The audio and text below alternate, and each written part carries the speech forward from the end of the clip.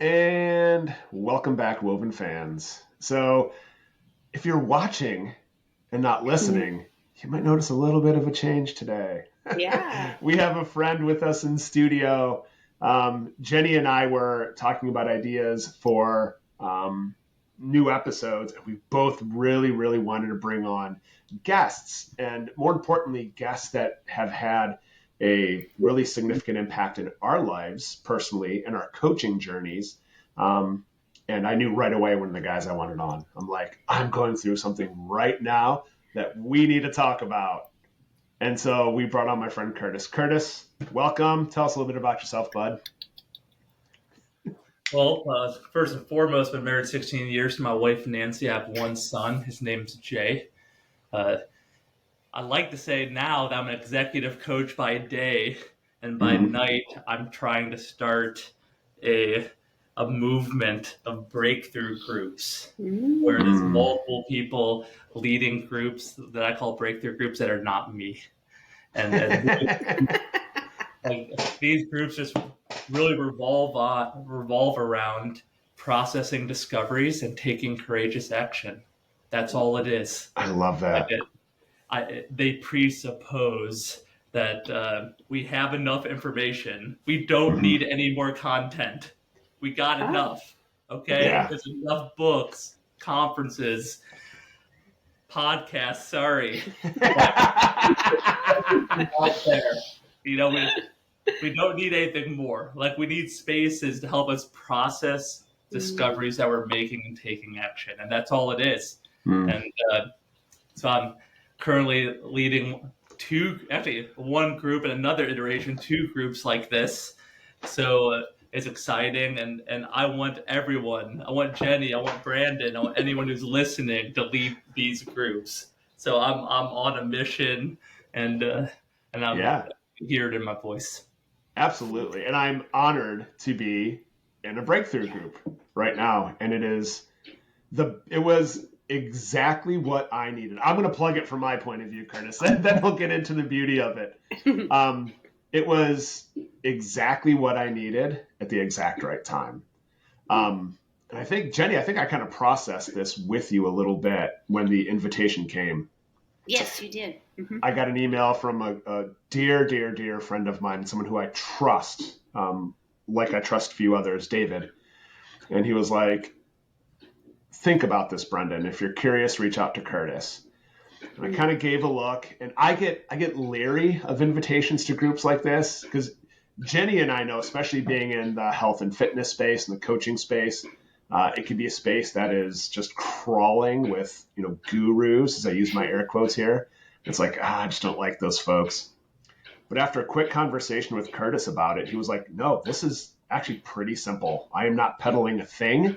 I'm simply creating the space for this stuff to happen. And I was like, all right, my guy signed me up. And it has been revolutionary to the point where I'm like, we got to get Curtis on here and talk about this thing. It is so amazing. And it does just what Curtis said he hopes it does. I have enough information. There's enough content out there. I just need to help process that and take courageous action. And that's what's been happening. So hat off to you, Curtis. It's working, my guy. Yeah. Your vision is happening before your eyes. That's really cool. Absolutely. It is cool. And Jennie, I reserve the right for you to not like me at the end of this call. Oh, really? Oh, you could be like, oh, there's a guru. Because he's like, man, he's weary of gurus. If you want to be weary of me, you're allowed to. So you can make your own judgment. That's a bold invitation right there. I love that. But I've already spoiled it for her, Curtis. Like you're not guru-y at all. The way you lead the group it's truly servant leadership. You go to great lengths just to make sure we're at a place where we could process and take that action. So it is fantastic. So I'm going to share real quick on our screen, Curtis, the breakthrough circle. So that, well, I'll let you kind of explain it to the people, but that kind of lays out this entire process. And then we'll hone in, hopefully, on the top of that circle, that inflection point, which has been such a mind-blowing, eye-opening thing for me.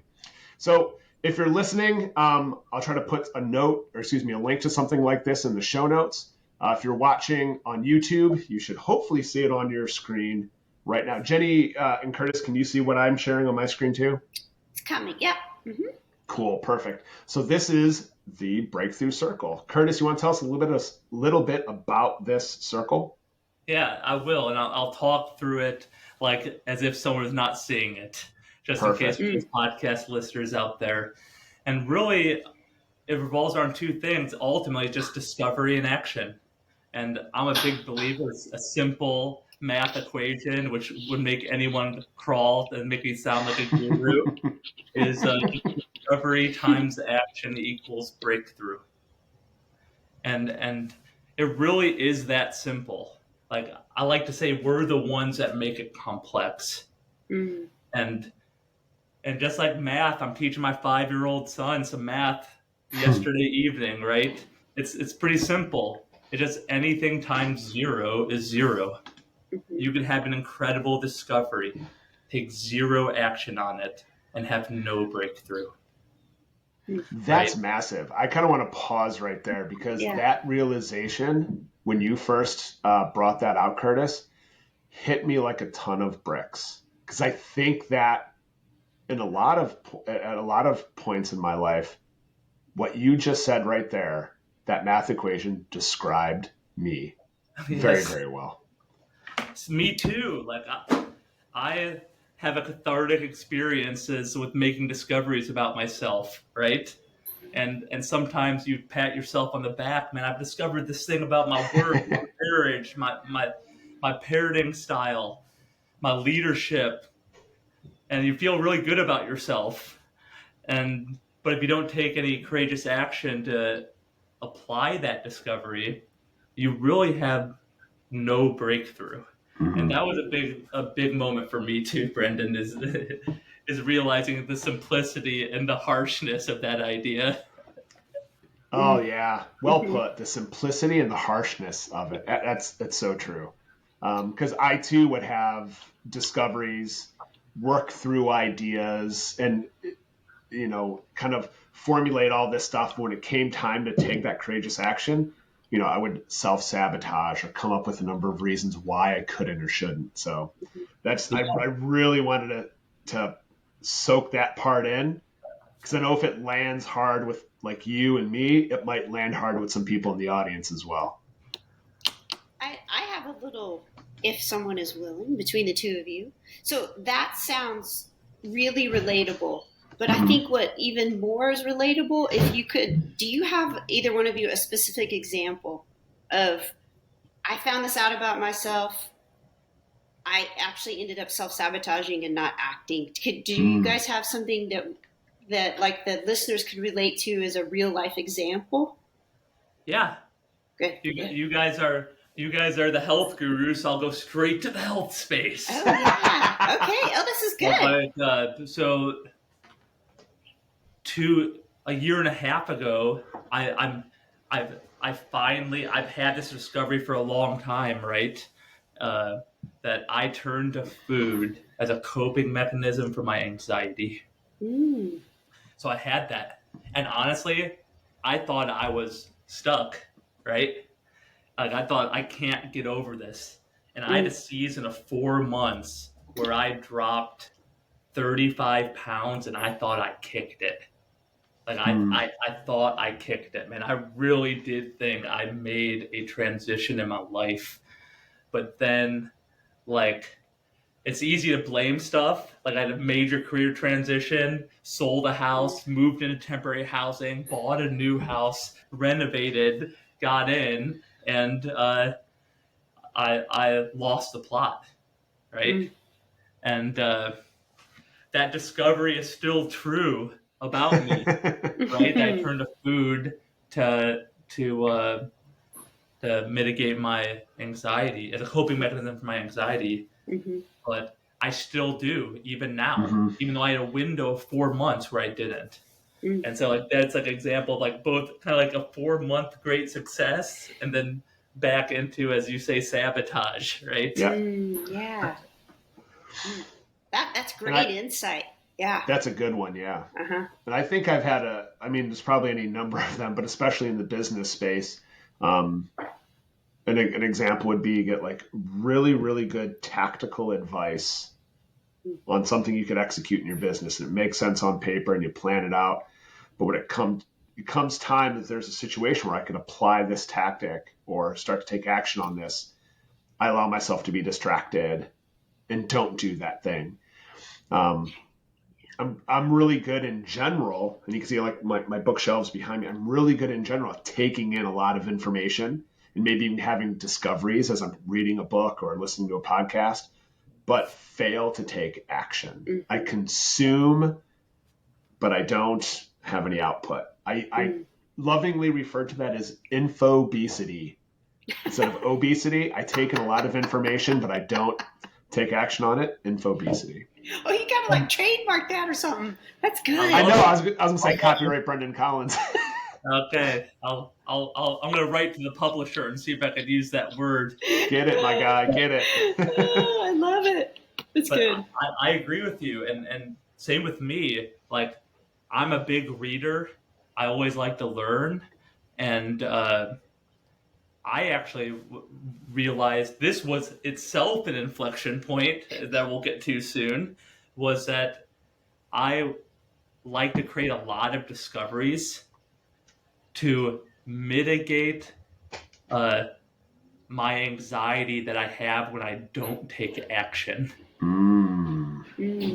Right? Okay. So it's like, man, if I just keep making more discoveries, I'll feel really good about myself. Yes. Yeah. But I'm not actually doing anything. Right? Yes. Yeah. But it feels like you are, but Yes, you're not. it feels like you're doing something. And I totally relate. guilty is charged. Like, Same here. Uh-huh. That is and I think that pretty much describes that infobesity term there. It's like, I look really busy. I look like I'm accomplishing things because I keep making more and new discoveries. But if I'm not doing anything with it, spot and you on. look really impressive to other people, right? Yeah. When you talk about the discoveries that you're making in your life, it's people are pretty impressed by you. Yeah. And then you get your the person you've been married to for 16 years that like, I don't care about your discoveries anymore. Start changing. Start changing. No. I don't care about your discoveries. Oh man, I forgot. My favorite definition for discovery is the thing your wife told you 5 years ago that you finally made a self-realization about. Ouch. That's my favorite definition for discovery. That's good. I have some insight. I've never been presented this breakthrough circle, right? So I'm experiencing it brand new as a listener. That's why I wanted an example from you guys. And as you were talking, I was beginning to see things in my life that I have that infobesity, that I love to learn. And as you were talking, I was thinking deep down in me personally, when I'm consuming information and I want to learn and be good, what I'm looking for, I know, is a connection. A connection with something that's going to make me feel better, or some information that's going to make me feel knowledgeable. And then I don't take action a lot. And I think to take the action would be to then connect with myself. Okay, I know this sounds maybe cuckoo wackadoo, but taking the action really comes down to connecting with me and my intrinsic value and my worth, and I'm actually worth taking that action. Yeah. Does that make sense? Am I crazy talk? I can't tell you how much it makes sense. Okay. Because what undergirds this breakthrough circle is what I call the 5 shifts, and one of the shifts that I like, we weren't even supposed to bring up, but you're making me bring it up. I'm sorry. going from disconnected to connected. Okay. When people hear that, they usually think about disconnected and connected to another person. I'm talking about to yourself. Yeah. Yeah.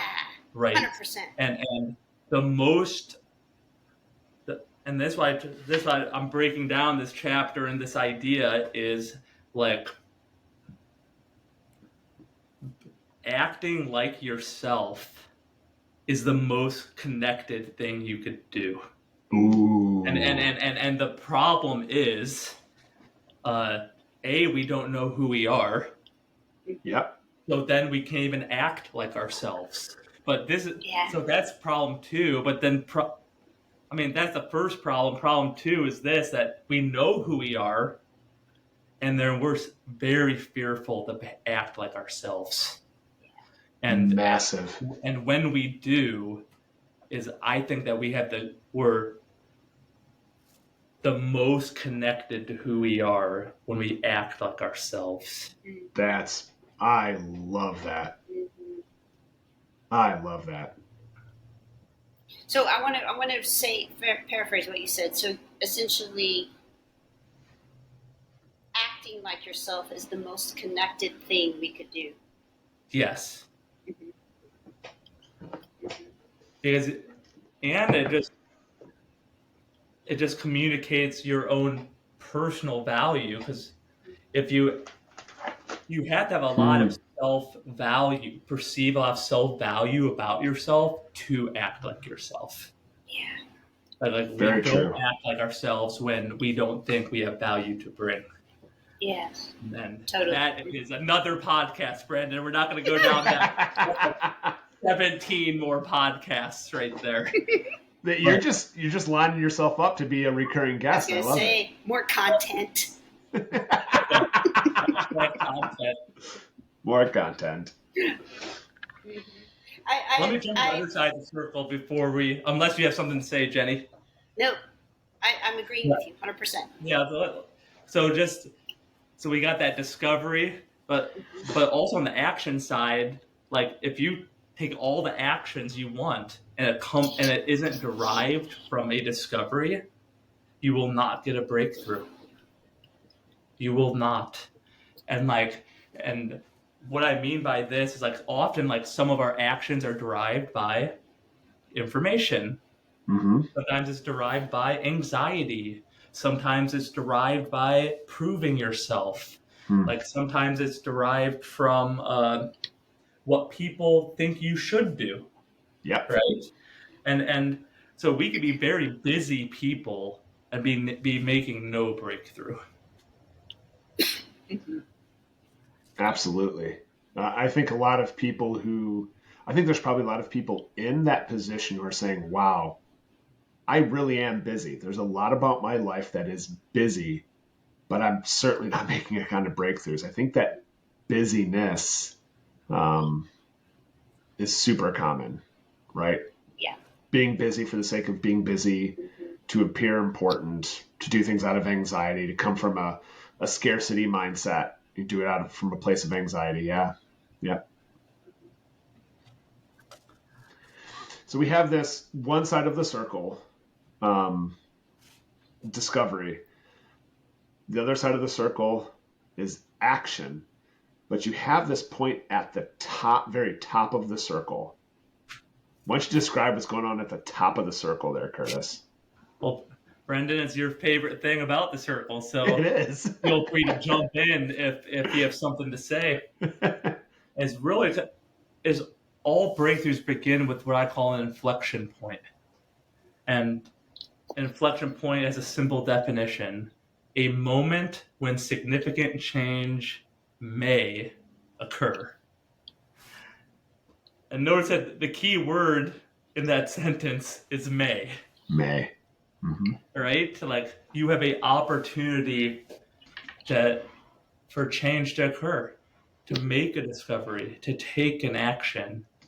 But that is a very pregnant space, is an inflection point. And when I engage with a lot of people, I often hear this, that they think that breakthroughs are rare, inflection points are rare. They don't happen to me, but sometimes they happen to others. right? Mm-hmm.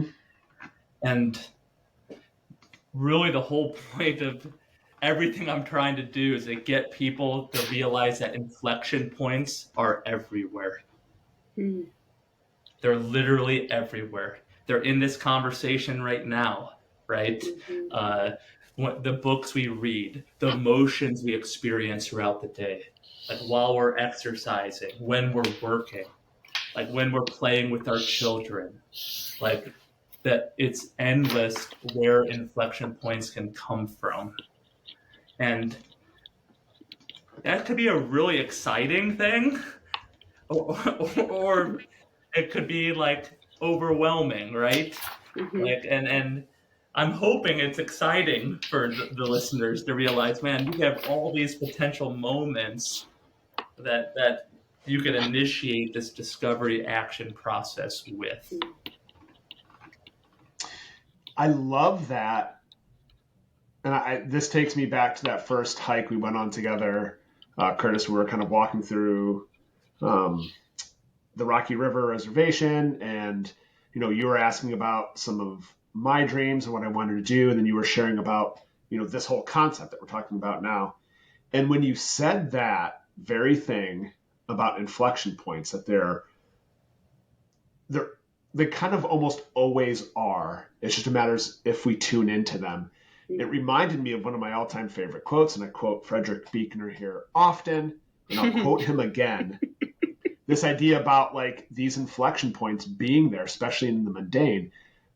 The quote says this: "Listen to your life, see it for the fathomless mystery it is, in the boredom and pain of it, no less than in the excitement and gladness. Touch, taste, smell your way to the holy and hidden heart of it. Because in the last analysis, all moments are key moments, and life itself is grace." And that's the kind of quote I just, stand up and start clapping, because in the boredom, in the mundane, all moments are key moments, potentially can be that. And Curtis, when you described an inflection point, like those two things connected and like little fireworks started going off. Like, yes, what Curtis just said is true.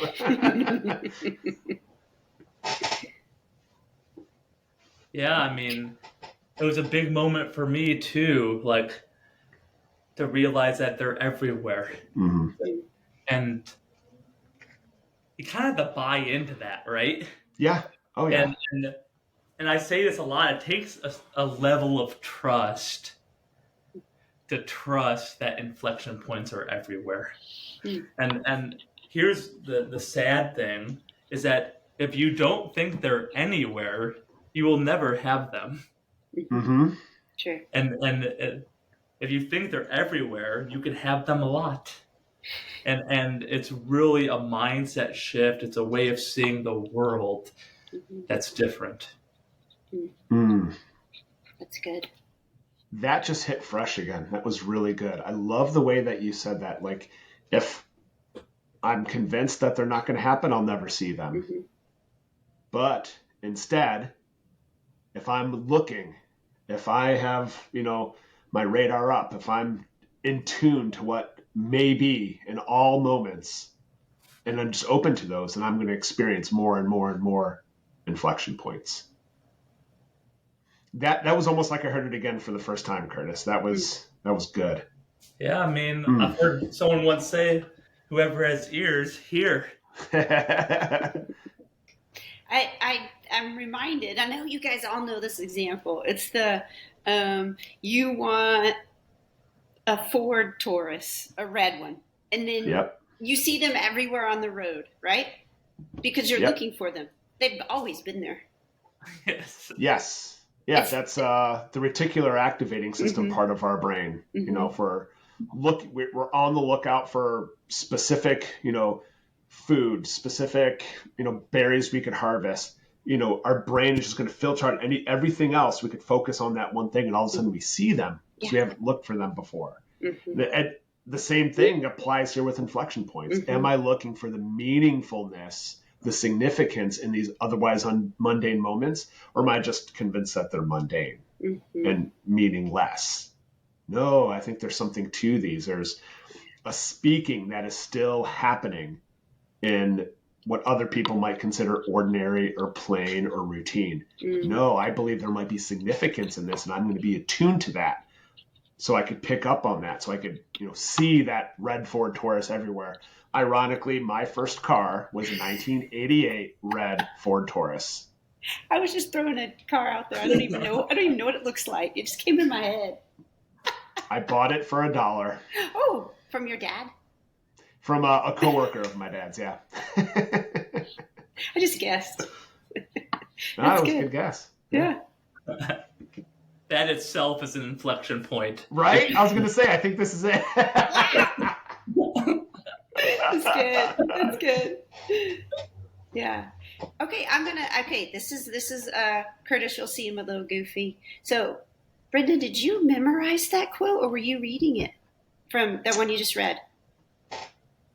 What do you think? I think you read it. Okay, I read it. Oh. If you would have said, I think you memorized it, I was going to go along with it. I totally read that. Totally read that. It was really good. And I'm going to have to say, maybe you need to put that in the notes. Yeah. I think that's a beautiful quote because I've heard you quote other quotes. I don't think I've heard that one. That's why I thought maybe you read it.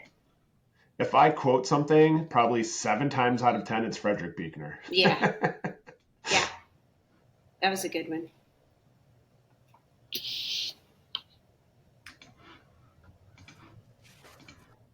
All right. So how can you, we've introduced the idea of the inflection points. Mm-hmm. We've stated very clearly and powerfully that if we're just to be open to the idea that they exist and more often than we think and are open to that, we might start to experience them more and more. So you described it as that point in time where a breakthrough may happen. What can we do, Curtis, when we stumble upon that inflection point to increase the likelihood that breakthrough may indeed happen? Yeah, at first you have to stumble upon it, right? Yeah. When I say the first step for discovery is you got to observe it. You got to observe an inflection point, and it sounds so simple, but it's true. The number one reason people aren't having inflection points or discoveries is because they're not looking for them. Mm-hmm. So first and foremost, you have to look. And I would just encourage any listener or watchers, reflect on your current day. What are 3 discoveries, 3 inflection points that you've had, right? That might lead to a greater discovery. So that's first step 1. First is observe. Next is reflect. I've done this before. I've observed something. I've noticed something, and then I did nothing with it. Right? Anyone else out there? Yeah. Yep. And it's taking time. Man, why was that important to me? Yeah. I know you like talking about the emotions, Brendon, so I'll go there to be at home in this podcast. It's man, I was anxious there. What was behind that anxiety, right? Or what was, I was kind of felt ashamed. What was behind that? Emotions are a great source to find inflection points. Or you're excited, you're passionate. And what was behind that excitement, that passion, reflecting on something, right? Asking yourself questions to what I would say is mature a discovery in you. Mm-hmm. And then so that's what the breakthrough group's all about, is asking those kinds of questions. That's what coaching at large is about, asking those kinds of questions. And then step 3 is just discussing it with someone. I don't know about you guys. I lived my discoveries very privately until about 10 years ago. I kept them inside, and they didn't go as far. Yeah. They didn't go as far. But when you invite other people into the conversation, they could help you refine it. They could bring an insight. They could ask you questions, right? And they they could open doors for opportunities, resources, and relationships that could help take that discovery and or subsequent action further. Mm. So like for me, that's it. Is just once you got that inflection point, you observe, you reflect, and you discuss. And I'll just kind of echo the importance of those steps, because as you mentioned there at the end, Curtis, with that point of discuss, make sure you discuss and chat about this with other people and share it with other people. That's what the breakthrough group has been so huge for me with specifically, is because like you, I keep most of my discoveries internal. I process them internally. I don't talk about them with other people. And there's a lot behind that, right? There's a lot of shame from the stories I tell myself that makes me less likely to share my discoveries, lest I repeat cycles. But that's led to it's really stopped that circle right there at the bottom. Like I might have an inflection point, observe it, reflect on it. But if I'm not willing to discuss it, and even with just one trusted person, right? Yeah. It kind of slows that momentum, or even brings it to a grinding halt sometimes. Yes. And that's why I see people fall off this circle, is at either at the top, they never make an inflection point, or at the bottom, you don't take it into action. And for a host of reasons, right? But we won't go into all the reasons. We could be here forever of why we feel. Another future podcast episode. But that for action, that first step is plan.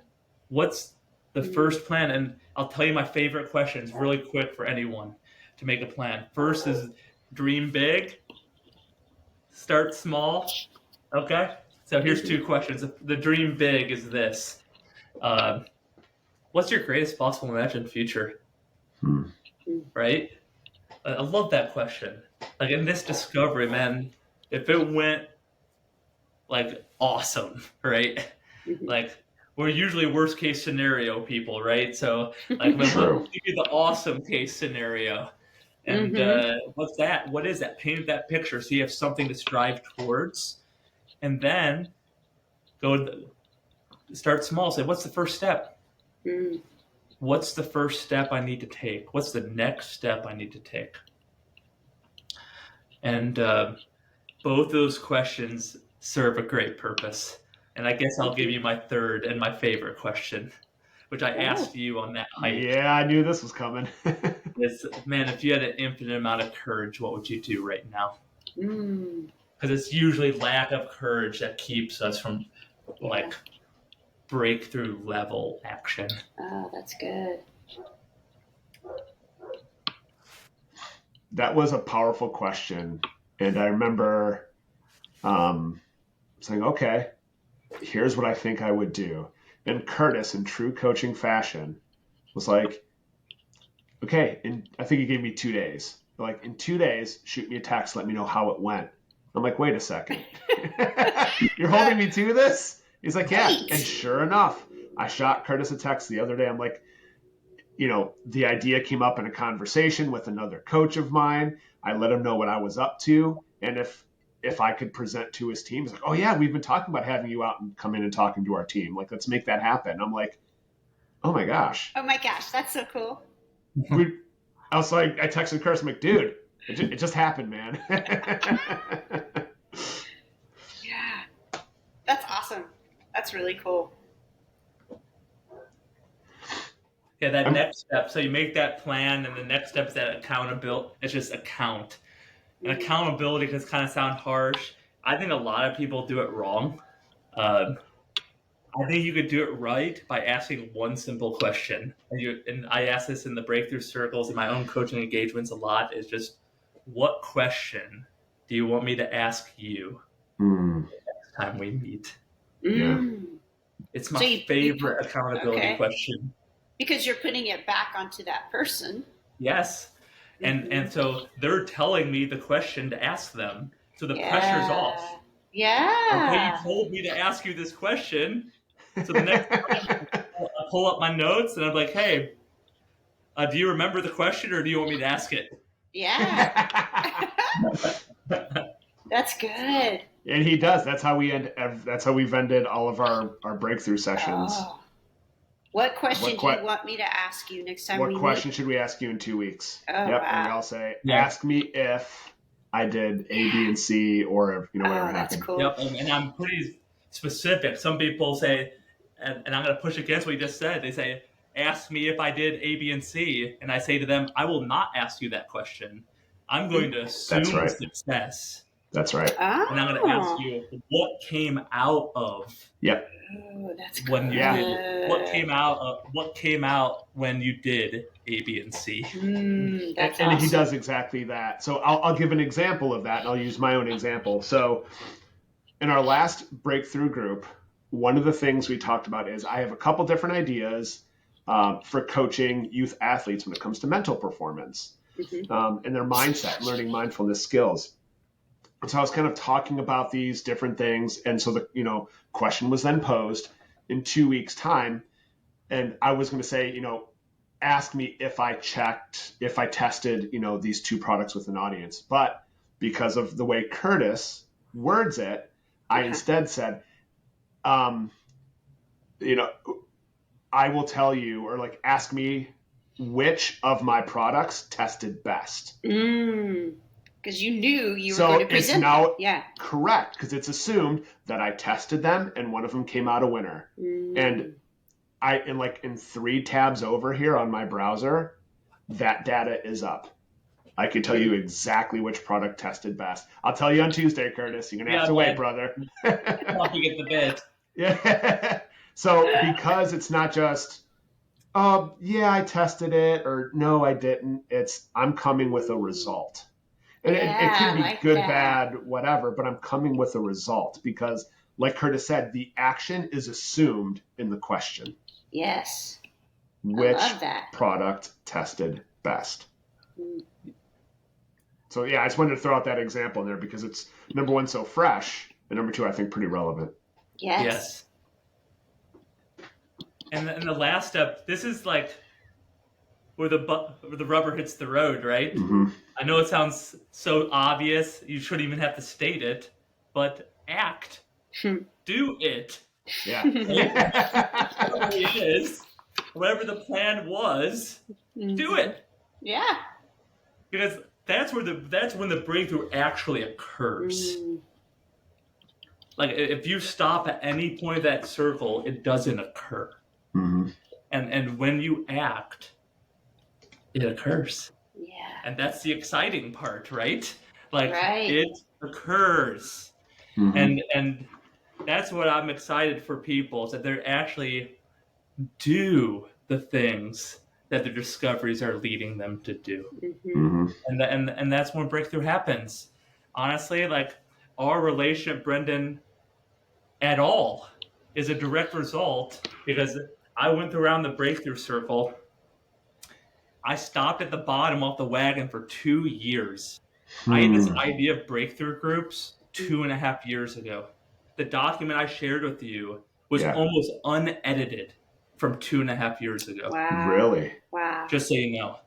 But I didn't, for some odd reason, I just had it in my brain. I had the limiting belief of I have to be financially stable before I could start this. Mm-hmm. Because I did such a major career transition. Okay. Man, I wish I started 2 years ago. Right. And so the breakthrough happened when I actually started the breakthrough group. I love that. Are we getting to meta level breakthrough right now? Yeah. And that's what led to your breakthrough, right? Yeah, Having absolutely. that goal and other people's breakthroughs. Mm-hmm. So it's only at the act. It did nothing. All those awesome ideas in my Google Drive for 2.5 years did nothing.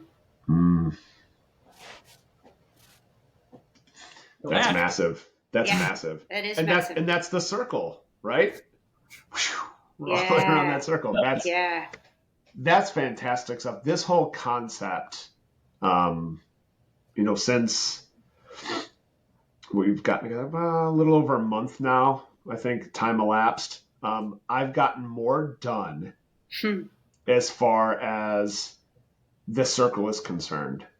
Observing, reflecting, discussing, and then being courageous enough to come up with a plan and having, like-minded people around me holding me to account. I've taken more action in the last month that I've been involved in these breakthrough groups than I probably have in years of entrepreneurship. Oh, wow. It's been massive. And I cannot wait until Tuesday to share the results of what I was asked to do and be accountable for, because the scale of it is something I've never done before. I've never done something to this scale because there's a lot of risk involved. I'm a risk-adverse person. I talk about it here on the podcast. I've talked about it with Curtis in the breakthrough group. If there's a level of risk involved, I am probably not in. But I was able to take risks. I was able to put myself out there and test ideas. And I never would have had these kind of results if it weren't for this process. And more importantly, the people I was doing this process with. Yes. Breakthrough does not happen alone. No, period. sir. And if I just were to reflect back on my life, have I ever had a breakthrough independent of another person? No. And take some humility to say something like that, but I haven't, right? I haven't. Yeah, you really have me thinking now. I'm kind of going back through some like major milestones in my life, and I'm like, wow, yeah. I think you might be right here. This concept is, Curtis, is like you said, I think at the beginning, like there's a level of simplicity to it, but there's also a level of magnitude to it. And I think that's just the beauty of it. It's not. Oh, sorry. No, go ahead. I was just going to just drive it home by saying it's not some like overwrought, complex, unnecessarily ambiguous process. It is beautifully clear and simple and so powerful. Yeah, because David's the guy you invited into the breakthrough group. I remember sending him this document, just a one page. There's a lot of white space on it, right? There's breakthrough circles on it. And he's like, yeah. I'm like, do you want to join the group? He's like, yeah, man, send me the details. Okay, and I called him later that night. I said, hey, David, those are the details. I remember this. Yes, I remember this story. That's it, man. That's it. And that's the problem, right? Is that we introduce so much curriculum content to actually absolve us from making discoveries, absolve us from taking action. So I'm stripping everything back. All you get, Brendon, in the break, and Jennie, when you lead one next year, like all you get is discovery and action. And there's something unnerving about it. And I remember reading a quote off the back of a book talking about a writer, and it applies to this breakthrough concept. He says, first, the author, and I'm the author now, okay, takes you to the edge of a cliff. And right when you think he's going to pull you off, he pushes you over. and he says, at first, it feels like you're falling. And then you realize you're flying. Nice. And that's exactly what I'm trying to do here. It's like unnervingly simple. And once we get over the unnerving part, it's extremely exciting. Yeah. It absolutely is. I think. No, go ahead, Jennie. Oh, well, your examples, Brendon, are exciting, but then this whole circle and all of the things you guys are talking about and saying that breakthroughs don't happen alone is exactly our podcast. We're all about, we're woven together. We're a community. We aren't meant to live alone. We can live alone, but there's not a quality of life, and there's not the breakthroughs and the inflection points and all the things, right? Yep. Yeah. That's what I was just going to say. And I was actually going to say that little summary by Curtis right there at the end. You feel like you're falling, but then you realize you're flying. Like, that's a fantastic like button. That is like the cherry on top of everything we've discussed. Right. That is a beautiful, very woven organic ending. That was fantastic. Mm-hmm. Curtis, I definitely want to have you on again because, like you said, we've alluded to throughout this process, there's so many different like little roads we can go down based off of any number of these points on the breakthrough circle. But I think just sitting with this circle and how we discussed it is going to be massive enough for most people. You don't need more content, friends. You don't need to discover any more than what we talked about here. Observe this, reflect on it, discuss it with someone, then make that plan, be held to account, and take courageous action. Mm-hmm. I'm pumped up, man. I am so pumped up. Curtis, how can people get in touch with you? How can people reach out to you if they want to learn more about the breakthrough circles or even just your coaching, your executive coaching? I mean, simply, it's just my website, www.curtis.carnes.com. I'm on LinkedIn. Sorry, I'm not on Twitter. We'll make sure. I'm not adding like however amount of characters I'm supposed to add to the world every single day. I'm sorry, guys. I'm not. No worries. We will make sure, Curtis, we add your website and your LinkedIn profile below. Friends, if you have any questions about the Breakthrough Circle, about being a part of a breakthrough group, which I highly recommend, or if you're a high-performing executive or wish to be a high-performing executive, that Curtis, that's your wheelhouse, correct? Executive coaching? Yes. Yeah. Reach out to Curtis. Brother, thank you so much for carving out some time with Jennie and I to discuss this. Yeah. Very, very powerful stuff, my man. Yes, great stuff.